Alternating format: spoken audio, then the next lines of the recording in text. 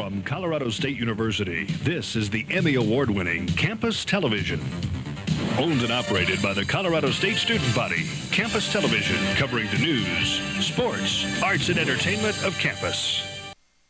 How's it going, Rams? Hope everyone had a great break. Happy to be here to break down all things CSU athletics. I'm Adam Gross. And I'm Gideon Aigner, here to take you through all the biggest moments in CSU sports. Colorado State track and field opened the outdoor season strong in Pueblo, building off recent success with wins in the jumps and throws. On the court, CSU women's basketball battled Michigan State in March Madness, pushing a top team to the limit in a hard-fought game that came down to the final moments. And on the diamond, softball delivered a big win as the Rams rallied late to walk off New Mexico in a back-and-forth matchup. All that and more right here on CTV Sports, which starts right now.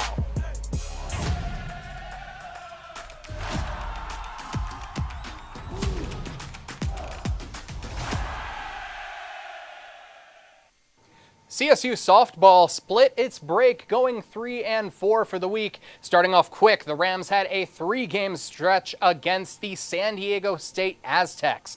The matchup began favorably with a 2-0 win for the green and gold, where Reagan Wick would be credited with the win, allowing 7 hits in 7 innings pitched, while Autumn Rutherford and Maddie Esslinger would score. In the second game, SDSU would take their revenge. The game would be scoreless heading into the fourth when Allison Moody would hit a home run to take the lead for CSU, but the Aztecs would score 2 runs in the fifth, courtesy of Allie Duker and Layla Macario. In the third game, SDSU would take the series with a 2-0 win, led by Angie Yellen, who had an RBI single in the first and a home run in the sixth, while Aztec pitcher Kiana Pua was credited with the win. The Rams would next face the St. Mary's Gaels, which was an absolute dogfight. The Rams were down 11-4 entering the bottom of the sixth when CSU would attempt to mount a comeback. Led by Kira Smith and Lauren Stuckey, CSU would score 5 runs in the sixth inning and 4 in the seventh, but would fall just short, 14-13. To close out spring break, CSU would face the Lobos from the University of New Mexico, taking the series 2-1. In Game 1, despite falling to an early 2-0 deficit, the Rams would be led by Jaylee Wilson's 2 runs in the 6th and 7th to claim a 4-3 victory. Game 2 would be CSU's from tip to tail, where Giselle Bentley would pitch the full game, earning a win, while Kaylin English would score twice to take the contest 5-0. The final game was a competitive loss for the Rams. Despite CSU going up 7-3 heading into the fifth inning, a 3 RBI home run from the Lobos' Miracle McKenzie would narrow the lead to 1, before New Mexico would take the lead on a Jessica De Leon homer in the 7th to secure a 9-8 victory. The Rams will next be facing the Boise State Broncos on Friday, March 27th at 4 p.m. at Ram Field here in Fort Collins. Last weekend marked the start of outdoor competition for CSU track and field following the indoor nationals run from women's throwers Michaela Long and Kaisa Borman. The men's team is the current indoor champion for the Mountain West Conference, as well as defending outdoor champions. The Rams start the outdoor season at CSU Pueblo at the Dr. Dan Capriogilo Early Bird Invitational. Friday saw victories from triple jumper Ismael Dembele, jumping 51 feet, 9.75 inches, and Adam Hellbom with a hammer throw win, throwing 211 feet. On day 2, Kyle Bigley on the men's side took a shot put victory with a mark of 59 feet, 7.75 inches. For the women, Klaire Kovatch secured a win in the discus with a throw of 185 feet, 3 inches. Looking ahead, the Rams return home on March 27 for the Jack Christiansen Invitational meet in Fort Collins. First time in over a decade, the CSU Rams were represented at the National Collegiate Athletic Association swimming tournament this past week. Tess Whineray, a junior from Auckland, New Zealand, qualified in both the 100 and 200-yard backstroke events, having set the Mountain West Championship meet record in the latter just a couple of weeks beforehand. In her first taste of the NCAA meet, the junior found some success. Only the top 24 times made it to the championship final, and Whineray started off with a 52.69 second performance in the 100 backstroke, good enough for 45th in the preliminary round, but caught her stride in the 200 where she placed 30th with a time of 1 minute 53.96 seconds, 5 seconds behind the first place finisher, Virginia's Klaire Kovatch. Whineray will next be competing at the New Zealand Swimming Championships from May 13th to 17th in Auckland, and this marks the end of the season for the green and gold as a whole. Over the weekend, CSU women's golf competed at the Kansas State Mountain View Collegiate meet in Tucson, Arizona. Out of the 16 teams in the field, the Rams would finish 13th overall, going 24 over par as a squad. The leader for the Rams in this would be Kara Kaneshiro, who finished at 1 under par for the tournament with rounds of 1 over even and 2 under par. Number 2 for the green and gold was Jacinda Lee, who shot 5 over par for the meet. Lee went 2, 1, and 2 over par for the 3 rounds, ending the meet tied for 44th place individually. The women's golf team will be next competing at Southern Methodist University, hosted by Huntington Bank Collegiate on April 6th and 7th in Dallas, Texas. We'll have more on CSU athletics for y'all after the break. Yeah! Sam, Elmo! Oh, hey, Julia. Are you ready to play band with us? I'm going to play my clarinet. And Elmo's gonna play his drum. Drum loud. Oh, well, you know what to do, Julia. Julia knows. With Julia's autism, loud sounds can be too much. But she still loves to make music. Play band. Early screening for autism can make a lifetime of difference. Find out more at screenforautism.org. CSU women's basketball advanced to the NCAA tournament after rising to the top of the Mountain West Conference for the first time since 2016. Coach Ryan Williams and his women's squad secured the conference championship, defeating Air Force 56-42, along with a bid to go dancing in March Madness. 12-seed CSU was scheduled to take on number 5 Michigan State Friday, March 20th in Norman, Oklahoma. For a player like Madeline Bragg, it's her first opportunity. 4 years of this, and last year I was at a Division II, so I've never had the opportunity to play on this big of a stage. But I mean, growing up and watching those players, it just means so much more to me to be able to finally do this my senior year with these people too. I wouldn't want to do it with anyone else. I'm just really excited and happy for us all. The conference tournament game proved to be a challenge for CSU as the number 9 seeded Falcons held the Rams to a 26-point tie in the first half. By the way, the Falcons were the lowest seeded team to make the Mountain West Championship in history. Here's what Coach Ryan Williams said gave the Rams the edge over Air Force. And I thought once we started rebounding the ball better in the second half, we finally got some traction offensively. But these kids find a way. Some nights it's scoring it, some nights it's guarding. Tonight it was the Team D. Without CSU's leading scorer, Alexis Bergesser, the Rams fell to Michigan State in the tournament, 65-62. CTV feature reporter Devin Imser-Pasick covered the game from Norman, Oklahoma, and he brings you an update now courtside. I'm here at the Lloyd Noble Center in Norman, Oklahoma at Oklahoma University, where the Colorado State Rams just got defeated in the first round of the NCAA tournament to the number 5 seeded Michigan State Spartans. The Rams kept it close the entire time, and they have nothing to be ashamed of. They lost 65-62, and Hannah Ronsick had a 3 at the end of the game with a chance to tie it, but unfortunately it couldn't go. The Rams led for a large majority of the game, but it was back and forth. No team led by more than 6 points the entire time. Brooke Carlson had 26 points in her NCAA tournament debut, a career high for her. She led the way the entire time, stepping in for injured guard Alexis Bergesser, who's the team's leading scorer for the season, out with a knee injury. The Spartans used a combo of their top duo, Kennedy Blair and Grace Van Sluten, who each scored 18 points apiece and turned it up a notch in the fourth quarter, getting little post buckets and slowly building up the lead. For Colorado State, it will obviously sting, especially for the seniors, losing in this close of a manner, especially being so close to an upset win.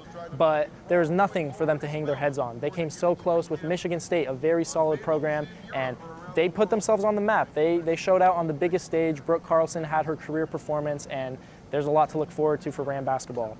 Here from Norman, Oklahoma, I'm Devin Imser-Pasick. Despite the loss, in a game that was interrupted with some long reviews and some questionable calls, it was a great performance by the Rams.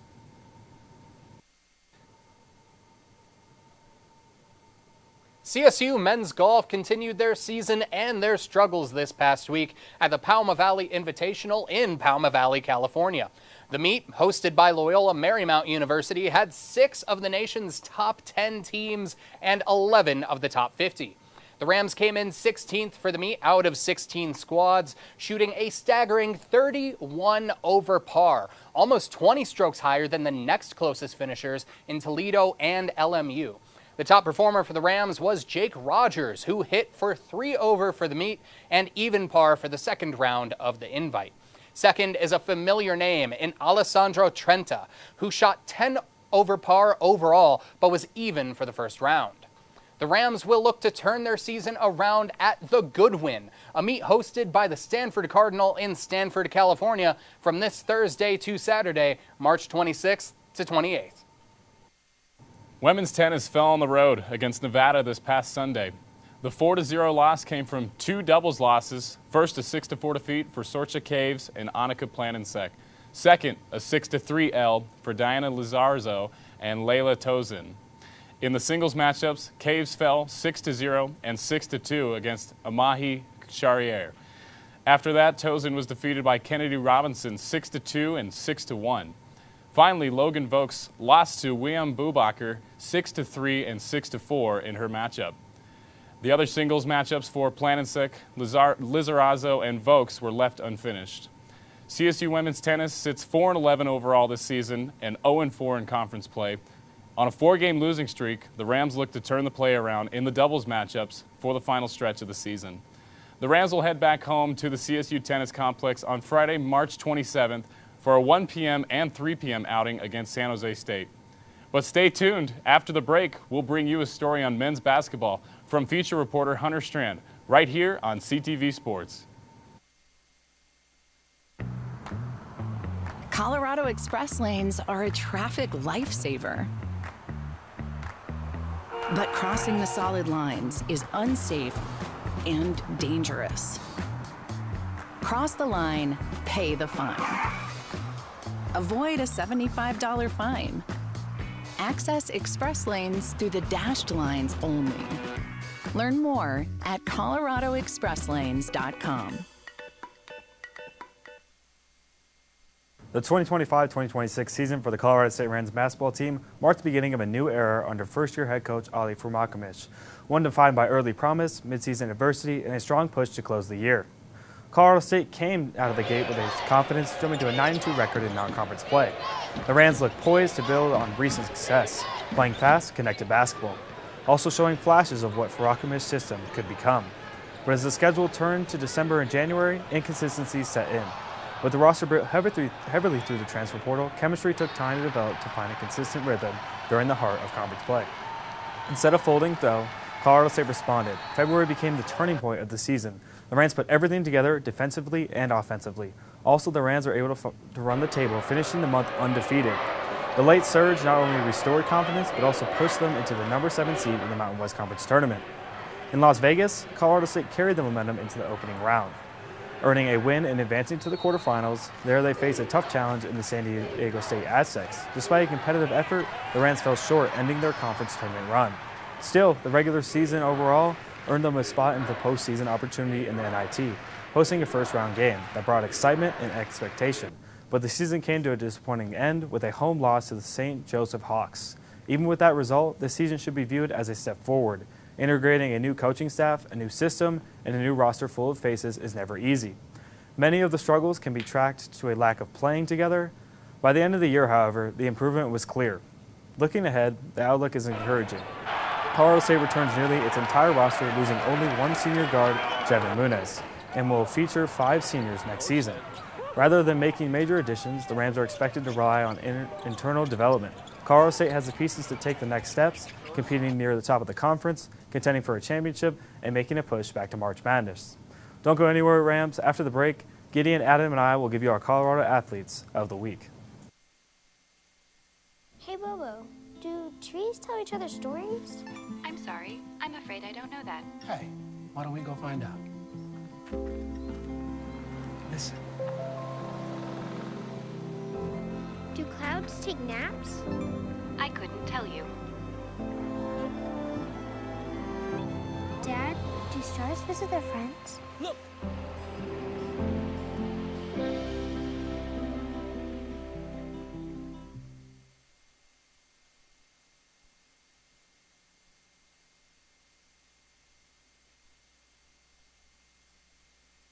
Back from the break, Rams. Now let's get into this week's segment where we are back at it with Colorado Athlete of the Week. And my choice for this one, now granted, I'm a bit out of the box on this, is Gunnar Garrison, a pitcher from Eaton High School. Went 2-0 last week with wins over Golden and Lamar. 11 innings pitched, a .7 ERA, and 25 strikeouts with 40 batters faced. Now, Adam, you were a baseball player. How are those numbers looking to you? Well, I want to mention, too, I went to Platte Valley High School, which is supposed to be Eden's rival, but every year they smacked us. So that's unfortunate, but good for Gunnar, and we'll see what he does in the future. But my athlete of the week is Brooke Carlson, sophomore from CSU women's basketball. Set a career high in the Mountain West tournament, in the March Madness tournament, her first March Madness appearance, and set a career high 26 points on 3 assists, 6 rebounds, 8 of 17 from the field, along with 3 three-pointers. Clutch play from her really shows what she can do for this team in years upcoming. All I can say is please don't transfer. Hey, I mean, watching her in the Mountain West tournament, going up against guards like a Milani Perry and seeing her specifically against Grand Canyon, you can really see how Coach Williams is planning to develop this team moving forward. Yeah. I mean, you get a chance to watch her over this year? No, definitely. I was watching that game, I think it was last Friday, and she was the reason we were in that game. She was making those clutch threes, scoring in the fourth quarter, but yeah, that's how they're going to get it done. But yeah, hopefully she doesn't transfer like Adam said. But finally, my athlete of the week is Colby Felix from Mesa. Had to go with another baseball player. Colby had 2 home runs of the season in a sweep here today, and then he's top 10 in the conference in home runs, OPS, and total bases. So he's had a good year, and I feel like a lot of people just don't talk about Mesa. So yeah, I mean, what are you guys' thoughts? Mesa's one of those good RMAC teams that, you know, D2 gets slept on a lot, but you'll find a lot of talent in those D2 ranks. And I mean, I've always said the RMAC's the SEC of D2. So yeah, took the words right out of my mouth, man. Don't sleep on the RMAC. Great program. Well, that seems to be all that we have got for you tonight, Rams. Thank you for tuning in, and we'll see you next Tuesday, same bat time, same bat channel. Peace.